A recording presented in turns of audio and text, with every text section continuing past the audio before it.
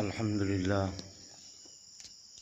नहमदुहु व नुसल्ली अला रसूलिल करीम अम्मा बाद अऊज़ु बिल्लाहि मिनश शैतानिर रजीम बिस्मिल्लाहिर रहमानिर रहीम क़ालल्लाहु तआला फ़ी कलामिहिल मजीदिल फ़ुरक़ानिल हमीद बिस्मिल्लाहिर रहमानिर रहीम अलिफ़ लाम मीम ज़ालिकल किताबु ला रैब फ़ीह हुदल लिल मुत्तक़ीन अल्लज़ीना युमिनूना बिल ग़ैब। আল্লাহ রাব্বুল আলামিন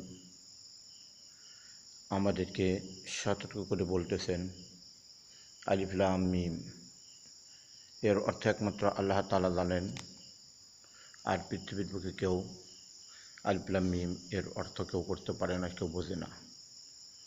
যালিকাল কিতাবু লা রাইবা ফীহ, আল্লাহ বলেন যে আমি তোমাদেরকে যে কিতাবখানা দিয়েছি এই কিতাবের ভিতরে বিন্দুমাত্র কোনো সন্দেহ নেই। তো এই কিতাবের ভিতরে আমাদের জন্য নাজিল হয়েছে, যেখানে হালাল আছে তার অপোসাইডে হারাম আছে, যেখানে হালাল আছে তার অপর সাইডে হারাম আছে, যেখানে অন্ধকার তার অপর সাইডে আলো। তাই আমরা দুনিয়ায় যারা জীবিত রয়েছি, আসলে যদি আমরা কোরআনের পরে ভিত্তি করে এবং রাসূলুল্লাহ সাল্লাল্লাহু আলাইহি সাল্লামের হাদিসের পরে আমল করে যদি আমরা দুনিয়ার বুকে চলতে পারি, তাহলে আমাদের দুনিয়ার বুকে চলা অতি সহজ। এবং এই দুনিয়া আমাদের হচ্ছে আর দুনিয়া মাজরাতুল আখিরা, দুনিয়া হচ্ছে আপনার আমার জন্য আখিরাতের একটি ক্ষেত। দুনিয়ার থেকে আমরা যেটাই অর্জন করব, যেটাই আমরা ইনকাম করব, সেইটাই আমরা পাব। আজ দুনিয়ার বুকে দেখেন যে কত মানুষ শক্তি পেয়ে কত প্রকারের, কত আলেমদের, কত মানুষের তারা তিরস্কার করেছিল। যেমনটি দেখেন আজ আমাদের মাঝে আটকা পড়েছে হাসানুল হক ইনু।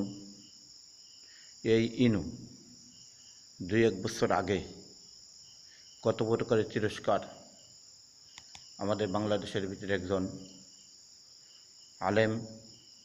আলেমকুল শিরোমণি জনাব আল্লাহ হযরত মৌলানা শফিউদ্দিন সাহেবের বিরুদ্ধে, রহিমুল্লাহ তাআলার বিরুদ্ধে কত প্রকারের, কত অপবাদ, কত বড় কটুক্ত কথা এই হাসানুল হক ইনু বলেছিল।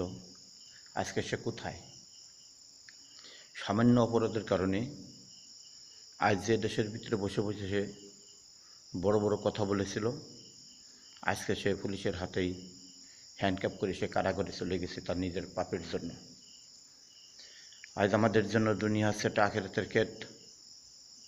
দুনিয়া থেকে আমি আপনি যেটা অর্জন করে যাব, এই দুনিয়ার থেকে যেটা আমল করে যাব, যদি আমরা আমলে হাসানা করে যেতে পারি, যখন আমি আপনি ইন্তেকাল করে যাব, কবরে যাওয়ার সাথে সাথে আপনার আমার হাতে কোনো হ্যান্ডকাপ পড়বে না, আপনার আমার জন্য জান্নাতের দরজা খোলা হয়ে যাবে। আপনি আমার যেই দরজা দিয়ে ইচ্ছা আমি আপনি সেই দরজা দিয়ে জান্নাতে প্রবেশ করিতে পারিব। আজ দুনিয়ার মানুষ, বাংলাদেশের নেতারা, বাংলাদেশের মানুষেরা ভালো এবং মন্দ দেখার হচ্ছে না। কোনো রকমের কোনো ত্রুটি পেলে, আওয়ামী লীগের নাম হলে, তাহলে তাদেরকে আমরা আজ বাংলাদেশ থেকে সাজা দেওয়ার জন্য প্রস্তুত হয়েছি। তাদেরকে জেলখানায়, তাদেরকে রিমান্ডে, তাদেরকে অত্যাচারের ভিতরে আমরা নেওয়ার জন্য প্রচেষ্টা করছি বা চলতেছে। এটা মানুষ রচিত একটি আইন, আর আল্লাহর আইন। আল্লাহ নিজেই কালামে পাকের ভিতরে বলেছেন যে বান্দারা, দুনিয়ার থেকে তোমরা হক জিনিস দেখে চলাফেরা করো, হকের পিছনে থাকো, হক্কানি ওলামাইদের পিছনে থাকো, হক্কানি ওলামাদের সোহবাদে থাকো, হক্কানি ওলামাদের দলভুক্ত হও।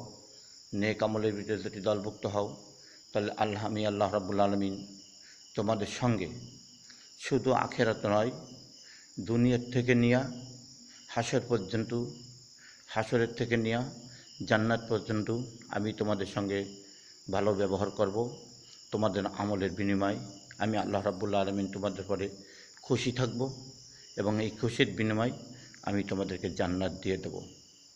তাই আমরা দুনিয়ায় যারা জীবিত রয়েছি মুমিন মুসলমান, শুধু মুমিন মুসলমান নয়, হিন্দু খ্রিস্টান নাসারা আমরা যারা আছি প্রত্যেকের কাছে আমাদের দাবি থাকবে, আসুন আমরা এক ছায়াতলে চলে যাই।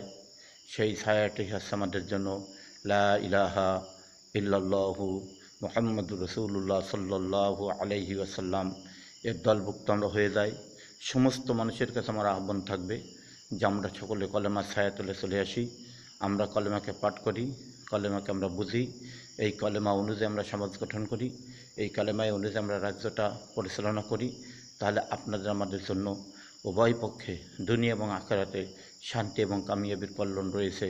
আল্লাহ রাব্বুল আলামিন আমাদের প্রত্যেকটা মানুষকে কলেমার উপরে আমল করে, কলেমাকে বুঝে কলেমার পর আমল করে দুনিয়ার থেকে ইন্তেকাল করার তৌফিক দান করুক। আমিন।